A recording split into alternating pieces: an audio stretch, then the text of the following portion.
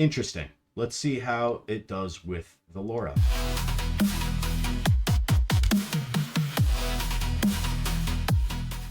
Ladies and germs, it's me, Ryan on the outside. Welcome to my channel. In this video, I'm going to talk to you a little bit about my learnings when it comes to training LoRas for ASTEP 1.5 in ComfyUI.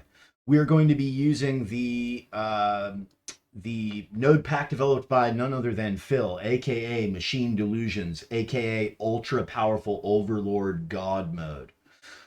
He's made this for us and given it to us freely. So if you appreciate that, give him stars on GitHub, follow him on his socials. I know his YouTube, I'll link to that. But this is very cool. It simplifies things for people like me who don't want to putz around with the Gradio application, which is fine. You can use that too. But I'm just going to share a little bit about what I learned doing this. I want to throw this in here real quick. I have ethically sourced the samples used to train the LoRas that I'm going to release. For me, that's just something I wanted to do. I will not give you my full philosophical position on this, but I'm sure you can imagine what it is. I'm curious to hear what everyone else thinks about this topic. Let me know in the comments.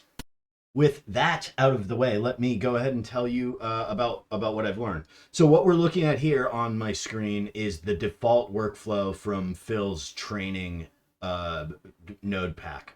And I'll tell you a little what I found out here. So we start here at the beginning. We have the ASTEP turbo model loaded. We load our data set, and my data set was about 15 2 to 3 minute long pieces of audio in this style that I'm training the LoRa on.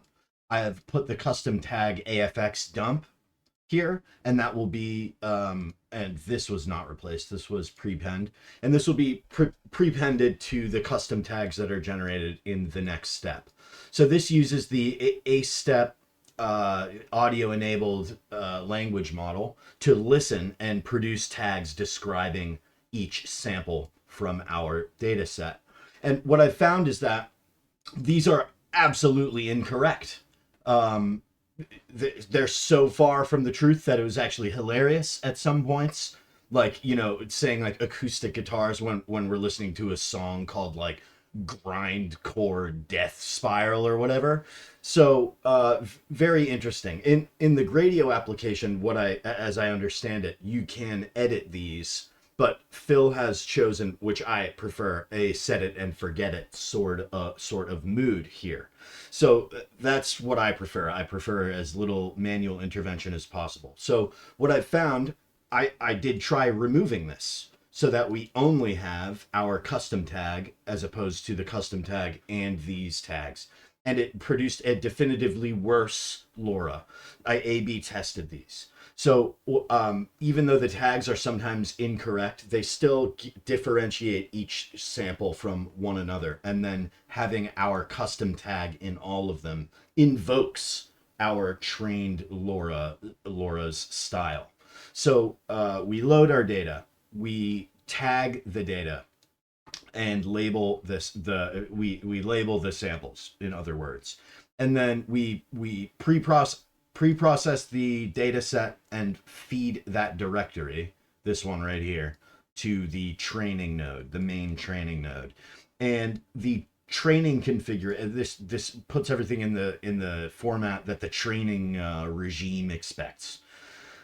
Our training configuration here, and I tried a bunch of different things. It would seem that Phil did most of the hard work, and the settings that he has in the default workflow are good for their general purpose settings for this this number of samples and data. When you run this, it will take maybe an hour. I don't know, an hour. I have a 5090. It was like maybe an hour. I wasn't paying attention. You can apparently run this with as little as a 3090, like 4 or 8 gigs of VRAM. So when you run this, it will take a little while, and you'll see a graph. Amazing work out of Phil here, but you see a graph form in real time. And what's important is that you see the loss go down. That's an indicator that things are one indicator that things are going relatively well. So that will produce a LoRa into the output dir, which is right here, listed right here. And now I'll show you what this death step LoRa I trained sounds like. So do not be alarmed. This is merely the original ACE step workflow from the Comfy team, and I've duplicated one portion here. So this is the normal one with no LoRa, and this is the one with the LoRa added. For those uninitiated, you just get a LoRa load node and put the model through it. Anyways, so we get this and we can A/B test them. All right. So first, without the LoRa, this is the prompt, by the way. AFX dump, death step, dark, heavy growl, distortion. Let's see how the raw ACE step model does with this.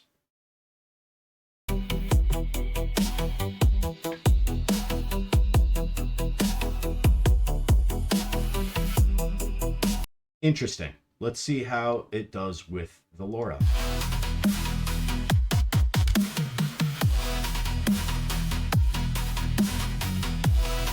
Distinct difference.